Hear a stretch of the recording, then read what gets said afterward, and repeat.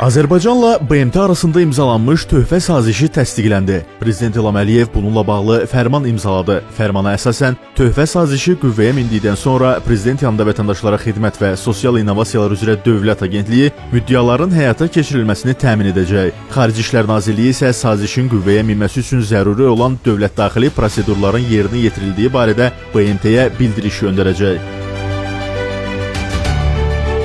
Töhfə sazişi ötən ilin noyabrında Bakıda Prezident yanında Vətəndaşlara Xidmət və Sosial İnnovasiyalar üzrə Dövlət Agentliyinin sədri Ülvi Mehdiyev və BMT Baş Katibinin iqtisadi və sosial məsələlər üzrə müavini Li Junhua tərəfindən imzalanıb. Saziş çərçivəsində BMT üzv ölkələrdə asan xidmət modeli əsasında dövlət xidmətlərinin göstərilməsi üçün innovasiyaların tətbiqi və müvafiq sahə üzrə potensialın inkişafı nəzərdə tutulur. Bu o deməkdir ki, BMT Azərbaycanın beynəlxalq müstəvidə brendinə çevrilmiş asan xidmət konsepsiyasını ən yaxşı model kimi dəyərləndirir və təşkilata üzv dövlətlərə təşviq edir. Bilirsiniz, BMT 200-ə yaxın dövlət üzvdür və onların da dövlət xidmətləri sahəsində hər birinin özünə məxsus bir təcrübəsi var.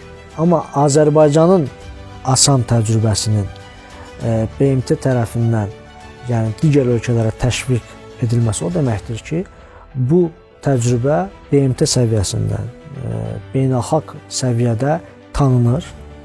Bu qəbul edilir və buna görə də və bunun uğurlu bir islahat olduğu, uğurlu bir idarəetmə təcrübəsi olduğu qəbul edilərək digər bütün BMT üzv ölkələrə təşviq olunacaqdır.